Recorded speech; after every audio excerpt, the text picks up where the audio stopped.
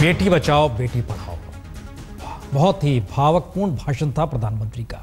लेकिन इस देश के भीतर का सच क्या है? अगर प्रधानमंत्री का एक भाषण भावुकपूर्ण है, परिस्थितियों को इस देश के भीतर बदल कोई क्यों नहीं पा रहा है? हम दरअसल सिलसिलेवार तरीके से हमें लगता है जानना चाहिए, क्योंकि देखते हैं बेटियों की हकीकत इस देश के भीतर है क्या। आइए जरा पहले हम इसे आपको दिखला दें, उसके बाद रिपोर्टों का जिक्र होगा। क्योंकि लिंग के अनुपात से अगर समझे तो इस देश के भीतर बेटियां कहां बढ़िया हैं। सिक्किम 1000 का आंकड़ा मानिए अगर पुरुष का है तो ये है दरअसल बेटियों का आंकड़ा, यानी महिलाओं का। सिक्किम में जाहिर है ज़्यादा है, 1103। बड़गाम ये कश्मीर में आता है 1007। अनंतनाग 976 कश्मीर का हिस्सा। पुलवामा 963। दमनदीप आप वहाँ पर सोचिए 961। प्रति 1000 लड़कों पर लड़कियों की जनगणना है। जरा समझते चलिएगा कम कैसे हो रहा है। सेनापति 957। त्रिशूर, ये अलग अलग शहर हम लोगों ने निकाले हैं कि ऊपर से अगर लिया जाए तो किस रूप में लिया जाएगा। त्रिशूर 956, रिभोई 952, गंगानगर 949, अंडमान निकोबार का निकोबार 946। और ये आंकड़ा धीरे धीरे कम हो रहा है कि 1000 लड़कों पर जो लड़कियां हैं उनके आंकड़े धीरे धीरे कम होते हैं। इन कम स्थितियों में आपको जान के हैरत होगी कि हिंदुस्तान में एक जगह ऐसी भी है जहां पर सबसे कम महज 300 लड़कियां हैं। अब आप कल्पना शुरू कीजिए, जिस बात का जिक्र प्रधानमंत्री मोदी कर रहे थे और इस बात का जिक्र कर रहे थे कि बेटी बचाओ बेटी पढ़ाओ का मतलब क्या होता है, तो जाहिर है सवाल सिर्फ यह नहीं है कि घी कम क्यों डाला जाता है। सवाल यह भी होता है पढ़ने क्यों नहीं भेजा जाता है। सवाल यह भी होता है क्यों इस देश के भीतर दहेज एक बड़ा सवाल है। सवाल यह भी होता है इन सब के भीतर भाई और बहन के भीतर में अंतर क्यों समझा जाता है, भेदभाव क्यों होता है हर लिहाज से। और इन सब के बीच समाज के भीतर माँ बाप ही कहीं ना कहीं किसी ना किसी रूप में क्यों अपने सोच और अपनी इच्छाओं की हत्या करते हैं, ये सारे सवाल हैं। और इस हकीकत के बीच प्रधानमंत्री बेटी बचाओ बेटी पढ़ाओ के अभियान की शुरुआत करते हैं। मैं शपथ लेता हूं कि मैं लिंग चयन एवं कन्या भ्रूण हत्या का विरोध करूंगा। मैं बेटी के जन्म पर खुश होकर सुरक्षित वातावरण प्रदान करते हुए बेटी को सुशिक्षित करूंगा। मैं समाज में बेटी के प्रति भेदभाव खत्म करूंगा। ये शपथ पीएम मोदी के उस मिशन का हिस्सा है जिसे बेटी बचाओ बेटी पढ़ाओ का नाम दिया गया है। अभियान का आगाज हुआ हरियाणा के पानीपत से, जो बेटा बेटी के जन्म अनुपात को लेकर पूरे देश में बदनाम है। आंकड़ों की जुबानी हम आपको ये कहानी भी बताएंगे, मगर उससे पहले बेटियों के लिए पीएम का आह्वान। देश में बेटियों की दशा पर बात करते हुए मोदी कभी भावुक हुए तो कभी बेटियों को लेकर लोगों की सोच पर सख्त सवाल खड़े किए, कई बार धिक्कारने वाले अंदाज में। मैं जरा माताओं से पूछ रहा हूं, अगर बेटी पैदा नहीं होगी तो बहू कहां से लाओगे? और ये सोच है बुढ़ापे में बेटा काम आता है, इससे बड़ी गलतफहमी किसी को नहीं होनी चाहिए। अगर बुढ़ापे में बेटे काम आए होते तो पिछले 50 साल में जितने वृद्धाश्रम खुले हैं शायद उतने नहीं खुले होते।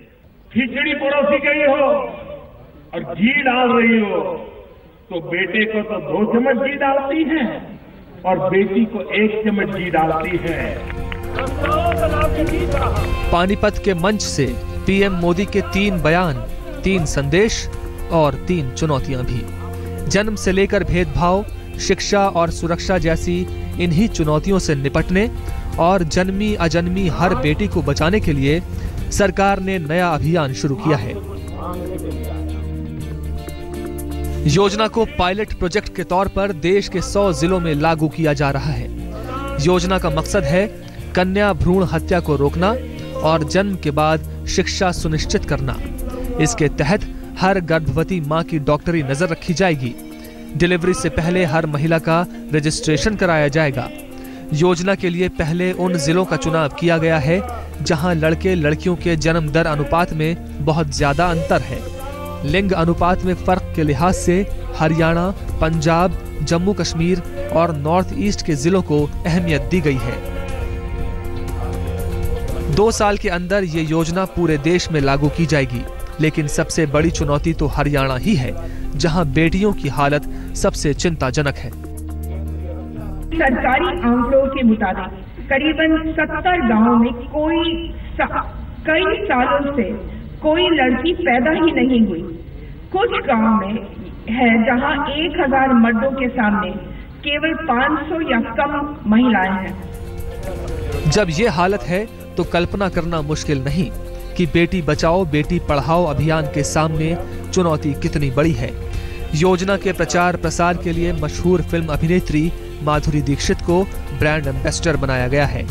पीएम मोदी खुद बेटियों को लेकर लोगों की सोच बदलने का मंत्र दे ही रहे हैं। पानीपत से बालकृष्ण के साथ आज तक ब्यूरो। समाज के भीतर राय कितनी गहरी है या कितनी घाव देने वाली है, एक स्थिति आपको बताते हैं। ट्वीट हमारे इस प्रोग्राम के बीच में आता है, जिस घर में एक के बाद दूसरी बेटी हो जाए तो उस घर में 2 दिन खाना नहीं बनता, मातम छा जाता है। चंद्रामणि दिवाकर ये ट्वीट कर रहे हैं। इस तरह से कई ट्वीट आ रहे हैं, लेकिन सवाल इतना भर नहीं है, एक सरकार उस दिशा में कैसे बढ़े। पहले हम आपको राज्यों को कुछ आंकड़े दिखलाते हैं। मसलन राज्य औसतन देख लीजिए, पंजाब 846, राजस्थान 883, 868, दिल्ली है 1000 से यह भी कम है, गुजरात 886 है।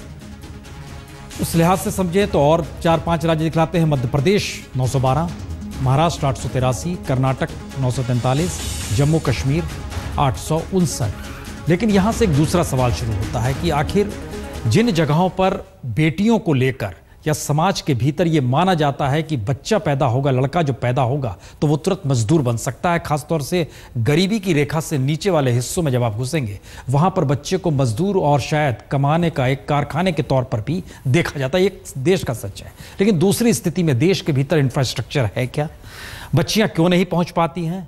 सिर्फ 2 जून की रोटी मिल जाए इसके लिए स्कूलों में जाते हैं, जो मिड डे मील का चक्कर है। ये सारे सवाल ऐसे हैं जिन सवालों को खोजने हम कोशिश करेंगे। कन्या की भ्रूण हत्या पर सरकार क्या करे? जिम्मेदारी तो लोगों को ही लेनी होगी। सतीश साहब ये ट्वीट कर रहे हैं। लेकिन एक सवाल अच्छा है कि दरअसल प्रधानमंत्री ने उस राज्य को इस मिशन की शुरुआत करने के लिए चुना जहां पर वाकई जन्मदर के लिहाज से अगर महिलाओं की स्थिति या बेटियों की स्थिति देखें तो ये चौंकाने वाले हैं। रोहतक जिले के शिमली गांव ने अरसे तक बेटियों की कदर नहीं की। रूढ़िवादी नजरिया और सिर्फ बेटों की चाह में बच्चियां पैदा होने से पहले मारी जाती रहीं। अब आलम यह है कि हरियाणा में पुरुषों के मुकाबले महिलाओं का अनुपात यहां सबसे कम है। जी, 1000 की तुलना में केवल 388। दिल्ली से महज 90 किलोमीटर दूर बसा ये गांव अभी शर्मनाक आंकड़े की वजह से चर्चा में है। औरतां ने समझाओ भी बतेरे, हाँ और मीटिंग भी करा भाई, बोलो हत्या ना कराओ, ये के करन जी मारे तो नहीं है कुछ बतेरे समझावा है।